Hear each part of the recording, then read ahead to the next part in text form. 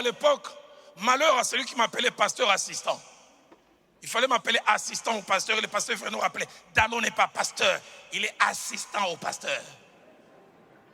Et quand devant lui, quelqu'un m'appelait pasteur, j'ai cligné dit du frère Dallot. Aujourd'hui, je vois des jeunes gens, leur église ne les a même pas reconnus pasteur. Ils mettent sur Facebook, pasteur X.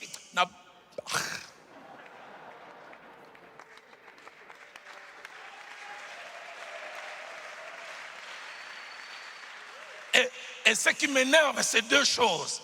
Des jeunes gens qui ont 2 ans dans le ministère qui se font appeler Daddy. Des gens le suivent, Daddy. Quoi? Je suis fâché contre eux et vous qui les appelez. Benga Daddy na misu nangai. Osozwa mbata ya mokambi. Une gifle honte.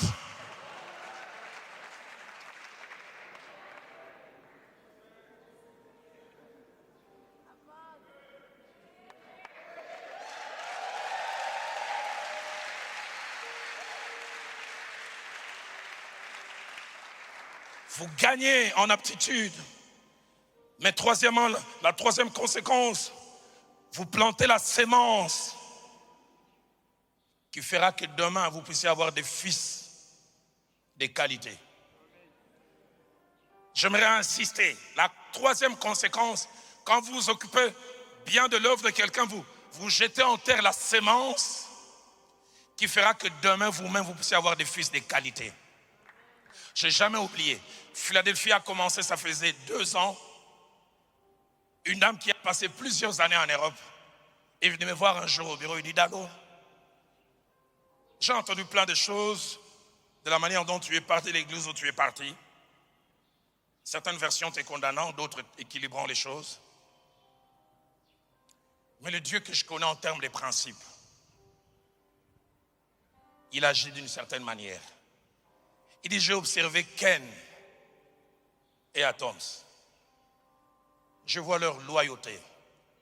Je vois leur cœur pour l'œuvre et pour toi. Mais je vois chaque fois que tu les laisses, les niveaux ne baissent pas. Je n'ai jamais oublié cette phrase qu'il m'a dite. Elle m'a dit ceci. Dieu ne donne des enfants de qualité qu'à celui qui a été un enfant de qualité. Il dit, quand je regarde la qualité de ces deux, Dieu ne peut pas donner à n'importe qui.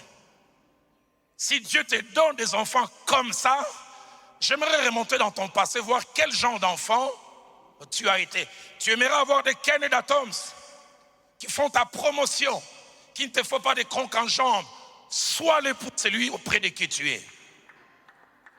Dans le meilleur de toi-même, ne murmure pas. Travaille pour la promotion de ton père. Prie pour lui. Un jour, je passe, comme par inadvertance, devant le bureau du pasteur Ken. C'était entre 10h et 10h30. Il n'a jamais su, je suis resté 30 bonnes minutes. Il priait pour moi. Et il citait, souviens-toi de mon père. Bénis-le pour ce séminaire. J'étais là, les larmes on coulait. C'était un jour, je ne viens pas au bureau. Donc il ne savait pas que je venais. Toi, tu aimes que ton père rate le message. Et que les gens viennent te dire,